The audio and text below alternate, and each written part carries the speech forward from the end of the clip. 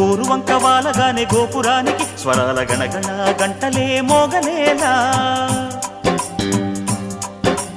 గోపబాలుడొచ్చినాక గోకులానికి పెదాల కిలకిలా పువ్వులే పుట్టలేదా బాలకృష్ణుడొచ్చినప్పుడే వయ్యారి నందనాలు నాట్యమాడగా వారసుణ్ణి చూసినప్పుడే వరాల వాంఛలన్నీ పల్లవించగా నందుడి